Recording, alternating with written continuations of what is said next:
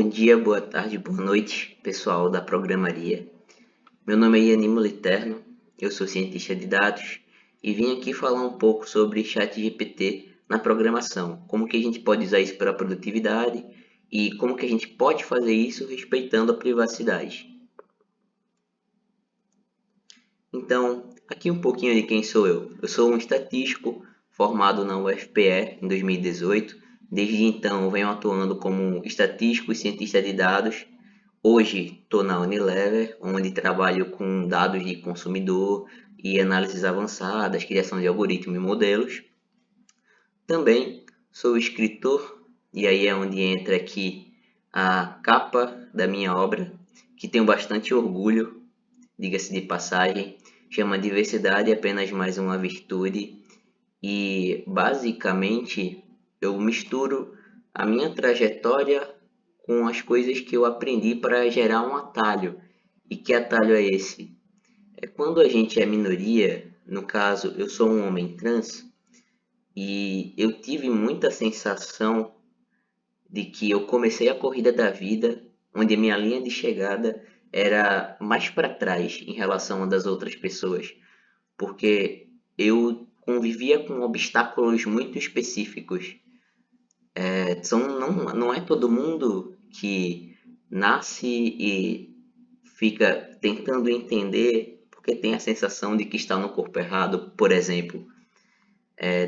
Não é todo mundo que tem problemas com a família por ser quem é. São problemas muito específicos que algumas minorias têm, especialmente minorias da sigla LGBTQIA+. E o tempo que eu levei para conseguir me colocar na linha de chegada igual a das outras pessoas, né? Para preencher esse gap, eu compilei o que eu aprendi, o que eu vivi, o que eu estudei e transformei num produto, num livro que vai virar um atalho para outras pessoas que sentem que tem o mesmo obstáculo. Então foi um trabalho assim que eu fiz com muito carinho e espero muito que possa ajudar muita gente. Bom, prosseguindo aqui, também sou membro da Azar Ladies, é uma comunidade maravilhosa que tem o objetivo de ensinar a linguagem R para as pessoas. E quem são essas pessoas principalmente?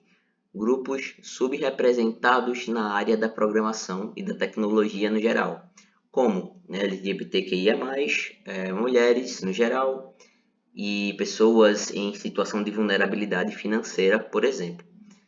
A missão é fazer com que essas pessoas estejam mais presentes na comunidade e na área da tecnologia para a gente tirar esse viés, ocupar realmente esse espaço. E bom, uma outra atividade minha é ser produtor de conteúdo. Eu tenho no Instagram uma missão também de trazer essa educação de tecnologia para as pessoas. Comecei recentemente e estou falando também de ChatGPT, por exemplo. Dito tudo isto, vamos começar a falar o que é o ChatGPT. É um modelo de linguagem transformacional que utiliza a arquitetura GPT. E o que é isso? Generative Pre-trained Transformer. Ele se baseia no Transformer, que é uma inteligência artificial que é baseada em mecanismos de atenção. O que é esse mecanismo de atenção? Ele consegue prever no texto que o usuário coloca lá onde que ele tem que prestar atenção. Porque se você escreve como quem conversa com uma pessoa, ele tem que prever onde que ele tem que prestar atenção para te gerar uma resposta que te ajude em alguma coisa. E aí até isso dá um spoiler do que a gente vai falar aqui, né? Se ele prevê o que é importante, existe o jeito otimizado de escrever essa pergunta de maneira que ele entenda o que é relevante. Então vamos lá. Aqui só para falar um pouquinho da OpenAI, eles têm além do ChatGPT uma inteligência artificial, que é essa DALL-E, que cria imagens, e recentemente eles criaram também essa opção de API, onde você consegue construir aplicações onde tem o ChatGPT nos bastidores. Bom, como que a gente pode usar o ChatGPT? Principalmente para gerar ideias de código, ajudar a resolver problemas e receber sugestões de otimização. Muitas vezes o nosso código pode ficar mais rápido, mais limpo, melhor comentado.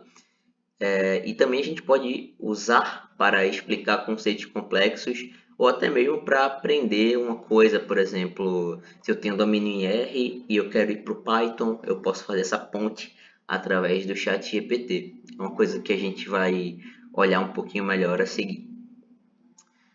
Bom, hoje já existe a versão paga do chat GPT, né? A 3.5 é aberta ao público e a 4 é a versão paga. Qual que é a diferença entre as duas? Bom, primeiro, eles dão aqui essa versão meio RPG online, né? De a capacidade de reasoning, a velocidade, o nível de consciência. E a única vantagem do 3.5 é ser muito mais rápido. Mas, no geral, tem outros pontos aqui, ó. O ChatGPT, e aqui eu anotei essas diferenças pensando principalmente no impacto que tem para o programador. Então, é legal você ter o 4 se você precisa de mais detalhes e de respostas menos genéricas. Porém, como a gente vai ver já já, se você descreve ruim, ou melhor, perdão, descreve a pergunta de maneira ruim, não adianta estar com o chat GPT-4. E se você sabe fazer uma pergunta, tudo bem você está com 3.5. Até porque a mensalidade aí do chat GPT-4 hoje está em R$ 100. Bom, mas no geral, o ChatGPT-4 tem uma menor probabilidade de respostas incorretas e tem uma capacidade de caracteres muito maior. E aí onde eu acho que é legal, não só para o programador, mas como para qualquer usuário, redator, por exemplo, de você poder imputar mais coisas. Mas aí, como eu coloquei embaixo, né, as diferenças impactam muito mais em produção de conteúdo textual, o que para programadores se trata basicamente da qualidade dos comentários dos códigos. Então, sim, se você quer usar ele como um copiloto, porque você não está afim de documentar seus códigos, ou você simplesmente quer ganhar esse tempo, ter o chat GPT vai te garantir que esses códigos vão ter a melhor qualidade. Bom, vamos começar pelo caso da segurança. A LGPD, ela assegura e ela cobra que a gente não divulgue nenhum dado sensível. E o que é um dado sensível? É qualquer informação que permita que você identifique uma pessoa. Por exemplo, nome, e-mail, telefone. Dependendo aí, dados financeiros também, não dá para ser muito específico, né? Em alguns casos, existe a permissão normalmente concedida pelo usuário de algum aplicativo, que você pode ter um range de salário e tudo, mas todos esses são considerados dados sensíveis. Se for de CNPJ, de loja, um dado de um CNPJ é um dado sensível. Os dados financeiros também de operações que podem acabar vazando. Isso é tudo coisa que está protegido e garantido pela LGPD. Existe também o caso de diferença de LGPD entre países, tá? Então, eu pesquisei um pouco sobre como que isso impacta, mas, por exemplo, a LGPD no Brasil, se você está usando qualquer dado de pessoa ou estabelecimento brasileiro, ou se o vazamento influencia qualquer coisa relacionada a um serviço que passa pelo Brasil, a LGPD que vigora seria a LGPD brasileira. E aí, cada país vai ter a sua, é uma coisa que flui, que varia muito rápido, tanto pela velocidade das ferramentas tecnológicas que a gente tem hoje. Bom, e aí o que não pode imputar de jeito nenhum foram as coisas que eu mencionei aqui, os considerados dados sensíveis. E aí tem o caso da Samsung que a gente vai entrar agora, que falamos de outra categoria de dado sensível, né? Que é o que a gente chama de segredo industrial.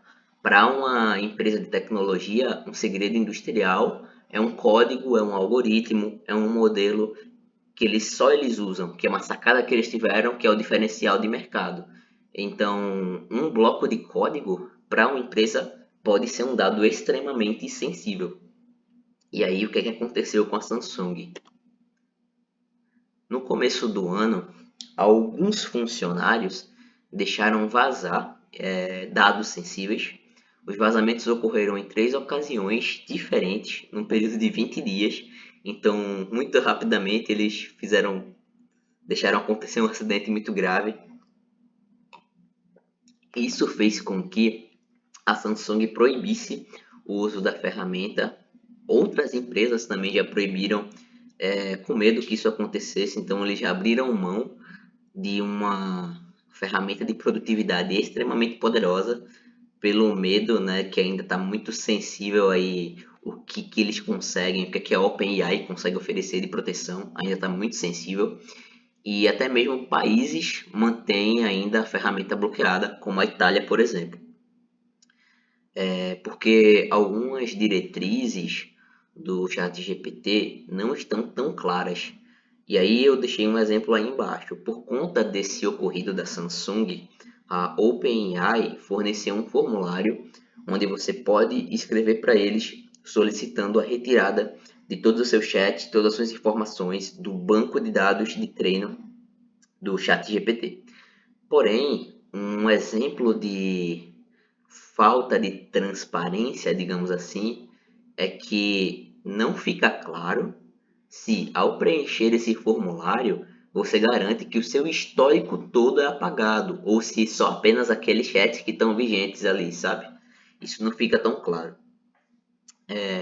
Então, aqui na direita, eu estou trazendo um dos artigos a respeito. Esse aí é da Make Use Of, onde a moral da história aqui, que a autora coloca, né, não diga seus segredos ao chat GPT. Então, assim, se tem alguma coisa que é considerada dado sensível, ou simplesmente que você não gostaria que vazasse, não coloque no chat GPT.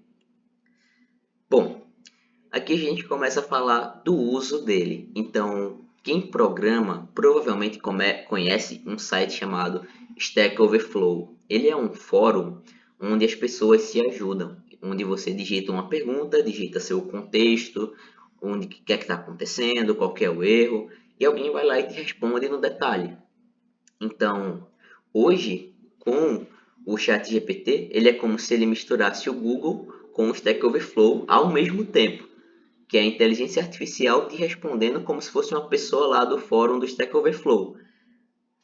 O que é, assim, o sonho de muito programador. Então, aqui eu trago o meu primeiro exemplo de uso, onde eu estou fazendo uma coisa bem, tipo, como eu digitaria no Google ou no próprio Stack Overflow, que alguém entenderia assim. Só que aqui, por exemplo, eu estava querendo entender melhor a função call-means, que ela basicamente ela sumariza valores em colunas separadas, só que assim, se eu tenho valores em colunas separadas e eu quero tirar a média dessas colunas, aí eu usaria o call-means. Para quem já programa um pouco, é como se fosse o group by, só que o group by agrupa linhas e sumariza por linhas. Esse call-means tiraria a média, sumarizando por colunas. Essa é a diferença. E só que eu fiz uma pergunta muito ruim. E aí ele só definiu, falou que é uma função muito útil no R, faz isso, faz aquilo. E até me dá um exemplo. Só que esse exemplo não me ajuda muito. Por quê? Quanto menor o investimento na estrutura da pergunta, maior a chance de uma resposta inadequada. Então foi bem genérica. A solução realmente tira a média entre colunas, mas não segue a sintaxe que eu adotei, porque eu não especifiquei. Então, ele me ensinou a usar de um jeito bem arcaico. Call means, aí abre aspas ou parênteses e põe o data frame dentro. Então, eu não falei para ele como que chamava meu data frame, então ele considerou que era df. Eu não falei para ele nome de coluna, então ele colocou qualquer coisa. Tudo isso poderia estar especificado. Então, como que eu resolvo isso? Eu posso ver a resposta dele, interagir com ele e ir pedindo para ele arrumar essas coisas, tipo, eu posso dizer depois disso, meu nome da minha base é base de dados e não DF. as colunas que eu quero usar são essa e essa. De novo, né? Se forem colunas onde tem nomes sensíveis que eu não quero revelar, eu teria que mudar o nome dessas colunas. E aí é onde a gente entra nas limitações do chat GPT, do porquê que a gente tem que fazer uma boa pergunta e porquê que se a pergunta for ruim, você teria de interagir para corrigir. O que é que ele diz aqui? Isso foi retirado da página principal do chat GPT, tá? Então, ele fala que o chat GPT algumas vezes escreve respostas que soam plausíveis, mas estão incorretas ou não têm sentido. Por exemplo, já pedi ajuda para ele para fazer um resumo, me ajude a fazer um resumo de uma atividade no currículo. E daí eu apertei Enter e foi até sem querer, porque eu ia especificar melhor. Para contextualizar, para ele fazer uma referência, um resumo de uma experiência minha, de uma vivência minha. Mas aí eu apertei Enter sem querer, e aí ele começou a digitar, criou um nome de uma pessoa fictícia, uma profissão fictícia, que até então eu só tinha falado tecnologia, e aí ele começou a descrever a vida de um desenvolvedor de software, colocou meu nome, só que assim, ele foi usando um pouco das informações que eu dei, mas, como eu dei enter antes da hora, antes de contextualizar melhor, ele saiu criando um negócio lá extremamente nada a ver. Então, esse é um mero exemplo de como que ele pode fazer coisas muito erradas. Bom, continuando aqui, ele fala que arrumar essas coisas é desafiadora, porque num grupo de treino não tem atualmente nenhuma fonte do que é verdade. E daí ele entra no segundo tópico, que ele fala que o ChatGPT é sensível a pequenas mudanças no jeito de frasear sua pergunta. E aí entra aquele cuidado. Então, se você fizer um pequeno modo de refrasear sua pergunta, isso já pode mudar tudo. Então, uma coisa que parece que ele não sabe, pode ser que parece que ele não sabe porque você não está sabendo colocar sua pergunta. E aí é onde entra o prompt engineering, que tá virando aí até boatos, né, de que vai ser a profissão do futuro. O prompt engineering geralmente não, perdão. Basicamente você saber estruturar uma pergunta. É você entender o que é que ele precisa saber para te dar uma boa resposta. Então, voltando, né? Qual que é a importância do setup? Para quem não se adaptar ao termo prompt engineering, pode usar o setup. É basicamente a mesma coisa. Então, dando o exemplo lá, voltando ao exemplo que eu dei, eu tentei interagir com ele e corrigir, né? Eu falei para ele, ele não tinha entendido minha sintaxe. Eu falei para ele, e se for dentro de uma sequência de pipes, porque é a sintaxe do dplyr, do tidyverse. É um pacote no R, para quem não conhece o R, que ele permite que a gente escreva como se fosse uma receita de bolo. Então, primeiro eu tenho meu data frame, depois eu quero filtrar meu data frame, em seguida quero agrupar. E aí cada passo desse é colado, concatenado por um pipe. Essa é a sintaxe que eu quero usar. Então, foi a pergunta que eu fiz para ele. Aí ele fala, ok, tudo bem, ele entende, me fala que aqui é um pipe, me fala como que eu poderia usar a summarize yet e me dá um código. Só que ainda não está do jeito que eu preciso, porque eu interagi com ele, a resposta melhorou, só que a minha interação ainda não foi dentro do que seria um prompt engineering. Bom, ainda assim, a resposta me mostra que o nosso copiloto precisa de mais detalhes. Ele acerta na sintaxe, porém summariza a base, que é quando ele me manda lá usar o summarize yet. E no meu contexto não dá para fazer isso. Mas aí é que tá, ele não sabe meu contexto. Então tinha mais uma coisa para eu fazer. Voltando aqui, só para destacar esses comentários aqui. Por padrão, ele sempre vai explicar as funções e o parâmetro setado. Então, se você quiser, por exemplo, desativar isso daqui para ter respostas mais compiladas e mais diretas, também pode especificar. Sempre lembrando que você está usando uma ferramenta que você pode customizar completamente a saída dela para você, para o seu caso. Bom, percebendo isso, eu me certifiquei de que não havia dados críticos no meu código e mostrei para ele, pois seria mais fácil do que descrever, e por ser um código simples, não corria risco dele não entender. Então, beleza, aqui. Aqui eu estou dando um exemplo onde eu sou uma pessoa leiga, que estou perguntando a ele no modo a Deus dará, e cansei de perguntar e mostrei meu código. Nesse caso, tive cuidado com a sensibilidade dos dados no meu código e joguei um código curto. Aqui poderiam acontecer duas coisas. A primeira, que seria um problema, seria o vazamento de dados. E a segunda seria ser um código muito complexo ou muito longo. Se fosse muito longo e eu tivesse no ChatGPT 3, poderia nem caber. E também, quanto maior o código, se a pessoa não for um programador que está lá organizado e tal, tá com uma arquitetura bonitinha, isso também vai dificultar o entendimento do ChatGPT. Se for muito longo, naturalmente vai ser mais complexo e mais difícil de entender. Então, ainda corre esse risco, né? De se você, não sei fazer a pergunta, não sei fazer a pergunta, mas vejo que posso mostrar meu código. Ainda assim, você corre o risco de não chegar onde você quer. Então, em todo caso, a melhor solução é saber como estruturar a pergunta. Aqui nesse caso, funcionou eu mostrar o código para ele e eu poderia mostrar para ele. Então, deu certo. E ele me retornou o que eu precisava, que foi essa solução aqui do Roamins. Aqui, e vou lá. Aqui eu estava testando o resultado de vários modelos na classificação de Tier. E eu queria, numa certa condição, por isso que eu pus o if else aqui.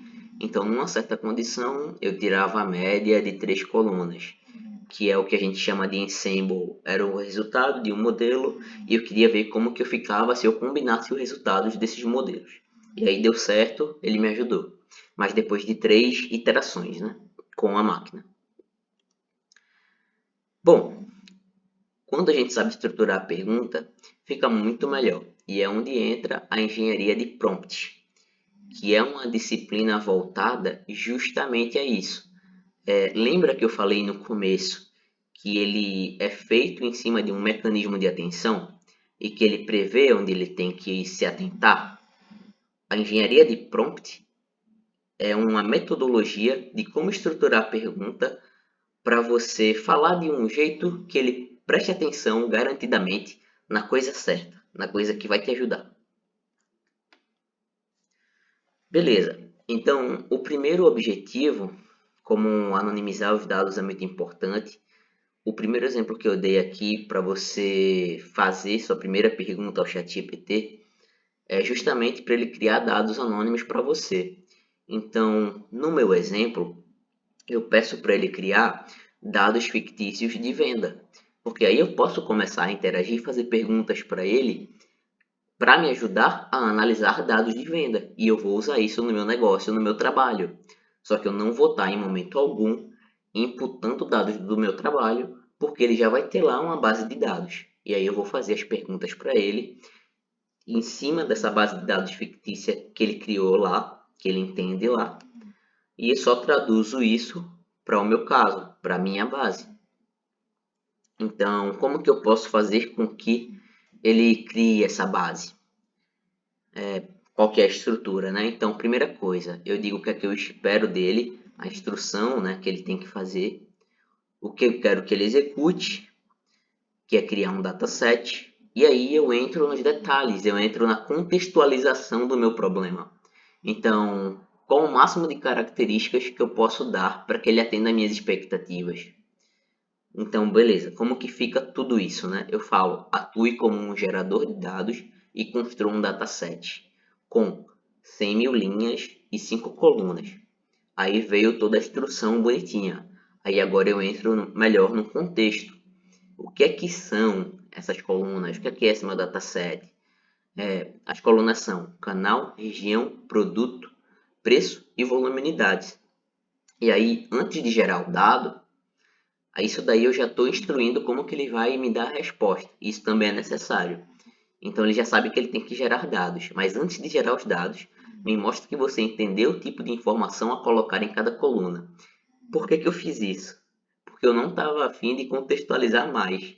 Porque se eu quisesse ter mais certeza, mais garantia do meu prompt, do meu setup, eu descreveria para ele e não pediria para ele me mostrar. Mas ainda assim eu fiz esse teste. Por quê? Porque eu confiei que os títulos das minhas colunas estavam muito claros. E aí, beleza, realmente estavam. Com o direcionamento correto, a resposta é adequada e a necessidade de interações seguintes é menor. Então ele fala certinho o que é que tem que ter em cada coluna e ele acerta. Beleza? Então aqui eu só interagi com ele uma vez e ele já me deu a resposta que eu queria. Eu fiz uma segunda interação com ele só de curiosidade e só para mostrar aqui para vocês que ele também pode me ajudar a gerar dados. Isso é uma outra forma que um cientista de dados, um estatístico, pode usar. Eu acredito que, especialmente os estatísticos, vão ficar felizes de ouvir isso, porque a gente muitas vezes quer fazer estudos, quer fazer projetos e precisa de dados fictícios e não achamos dados públicos que atendam. Então ele pode fazer isso aí. Eu pedi para ele gerar um código no R que criasse essa mesma base que eu pedi para ele gerar lá dentro do chat GPT. E aí ele criou esse código que dá muito certo, realmente. Bom, seguindo aqui. Quais que são os outros meios que o chat GPT pode nos ajudar? Pode escrever documentação, então é uma parte realmente muito, muito chata, porém necessária para a reprodutibilidade do seu código e organização, porque normalmente um mês depois, se a gente for olhar, dependendo de como está o código, nem o autor entende. Então é muito importante, só que com o chat GPT você não precisa mais fazer isso, ele vai documentar tudo certinho para você. Ele escreve teste de código, isso principalmente para os devs é bem legal, porque tudo tem que ser testado antes de pôr em produção. E criar teste é um trabalho muito cansativo. Fazer benchmark. Então, por que é muito importante? Quem trabalha em cloud, o custo da cloud é por tempo de uso. Então, quanto mais rápido o seu código, mais barato é o seu trabalho, o seu custo lá dentro da nuvem. Então, benchmark, garantir que você sempre tem um código mais eficiente é muito importante. Traduzir código entre linguagens, isso é muito bom para aprendizado. Então, por exemplo, R e Python. Eu sei programar muito bem em R, só que vamos supor que no computador da empresa deu pau no RStudio e eu só posso usar Jupyter. Eu não sei usar Python, então eu poderia chegar no chat GPT e falar, ó, eu tenho esse código aqui, ou então, seguindo as boas práticas, né? Eu faria o prompt lá, bonitinho, de gera um código para mim em Python que me dê isso, isso e isso. Usando a tradução de código, o que é que eu poderia fazer? Isso aqui é até uma dica boa, muito boa. Porque para tradução de linguagens é muito mais provável que você realmente tenha de imputar um código lá dentro. Só que aí o que é que você pode fazer? Você pode pegar ferramentas como o Visual Studio e fazer substituição múltipla de palavras. E aí você pode pegar palavras no seu código que são sensíveis, você pode trocar várias de uma vez. O Visual Code pode te ajudar a você deixar seu código sem nada, nenhuma informação de coluna, nem nada que seja sensível. Mas, enfim, se for um algoritmo ou um modelo que é segredo de indústria, não poderia ser compartilhado, né? Bom, o quinto ponto. Ele pode te ajudar a fazer um aplicativo. Eu vi diversos artigos onde as pessoas diziam que fizeram mini joguinhos e aplicativos simples só pedindo para a máquina, sem eles mexerem em muito mais coisas. E, bom, acelerar a curva de aprendizado, tanto na evolução de carreira quanto na mudança de carreira. Então, se você joga no ChatGPT algo como estou aprendendo Python, me explique como fazer tal coisa em Python, me ajude a fazer um projeto, um milestone, né, o primeiro projeto da vida. Então ele pode te ajudar com isso. Até se você pedir um roteiro de, por exemplo, quero iniciar como back-end, me dê um roadmap do que estudar para me tornar um back-end. Então ele ajuda com tudo isso. Certo. Aqui o ponto que pode deixar muita gente com medo, né? O que é que ele não é capaz de fazer e por que que ele não ameaça profissionais de tecnologia? Bom, como aquele primeiro tópico de limitação sugere, o ChatGPT pode escrever coisas que soam plausíveis, mas são incorretas. Aqui eu trouxe algumas coisas que já aconteceram comigo para exemplificar. Então, ele já me explicou erroneamente critérios de um parâmetro em funções do R, e eu fui olhar lá no Help, na seção de ajuda do pacote, e a explicação do parâmetro estava diferente do que o ChatGPT explicou, e era uma coisa assim, de, por exemplo, eu não lembro exatamente qual que era a função, mas eu vou dar um paralelo. Vamos supor que eu estou usando uma função de correlação e eu pedi para ele me explicar o parâmetro método. E ele fala, o método é uma forma de como que ele vai calcular a correlação. E o padrão utilizado pela função é o Pearson. Só que aí eu vou lá na função do R e não era o Pearson o padrão era o Kendall, por exemplo, sabe? Então ele deu uma informação meio certa, meio errada. Isso aconteceu comigo. Uma outra coisa que aconteceu, eu estava fazendo uma modelagem e eu pedi uma ajuda no DataPrep. E aí ele gerou um código para mim. Aí eu vi bonitinho. Ele olhou se tinha NA no código, é, e começou a dividir em treino e teste, fez a divisão certinha. Só que quando ele chegou na parte de gerar, fazer a linha que roda o modelo, ele imputava no modelo a base inteira. Então ele criou o treino e teste e não usou para nada. Quando chegou para modelar, ele sugeriu que eu modelasse lá com a base inteira. E aí é onde eu coloco embaixo. Sem a supervisão capacitada, os erros seriam graves. Porque se eu separo em treino e teste, mas eu treino com a base inteira, depois eu ia jogar lá, ia fazer o teste do modelo e ia dar muito bom. Por que que ia dar muito bom? Porque eu treinei com a base inteira. Então, estaria zoado o meu trabalho. Uma outra coisa que ele errou foi escrever códigos ineficazes. Então, até o primeiro exemplo que eu dei do uso aqui na apresentação foi um bom exemplo. Que eu perguntei o que era a função callMeans e ele me deu um exemplo no formato de código mais arcaico, enquanto que a gente tem hoje o Tidyverse, que tem uma sintaxe muito melhor. Bom, lembre-se, né? Ele é treinado com códigos disponíveis na internet, então tem muito código ruim na internet, tem muito ruído, e pior que isso, né? Por ser treinado com informações da internet, ele pode reproduzir vieses discriminatórios. Também já vi relatos de pessoas que fazem perguntas para o chat GPT e escutam ou leem coisas discriminatórias, preconceituosas. Então, isso sendo usado por alguém experiente em sua área, é bom, é um bom copiloto, porque a pessoa lá que vai estar responsável e vai ter capacidade de identificar os erros, como por exemplo eu vi esse erro aí do treino do teste, e vai dar para corrigir e montar bons prompts que previnam essas ocorrências. Dito tudo isto, quem tem medo de usar o ChatGPT como copiloto corre sérios riscos de ficar para trás. Então, quais que são as últimas dicas aqui que eu deixo para vocês se aventurarem nele? O ChatGPT ele tem memória por chat. Então, se você quer fazer coisas completamente diferentes, cria um chat para cada coisa. Até vai ajudar na questão da organização. Mas se você quiser não criar vários chats, para quando, sei lá, quiser excluir, ficar mais fácil, alguma coisa assim, você pode simplesmente pedir para ele esquecer todo o histórico daquele chat. E aí é como se você estivesse começando lá do zero a conversar com ele e a criar memória nele. Aqui está a dica que eu falei lá atrás, né, para fazer tradução de código.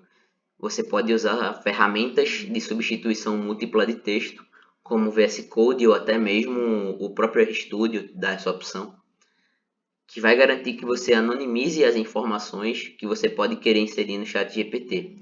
E sempre verifique. Essa última dica é por conta lá dos possíveis erros que ele gera e dos vieses discriminatórios. Então sempre verifique.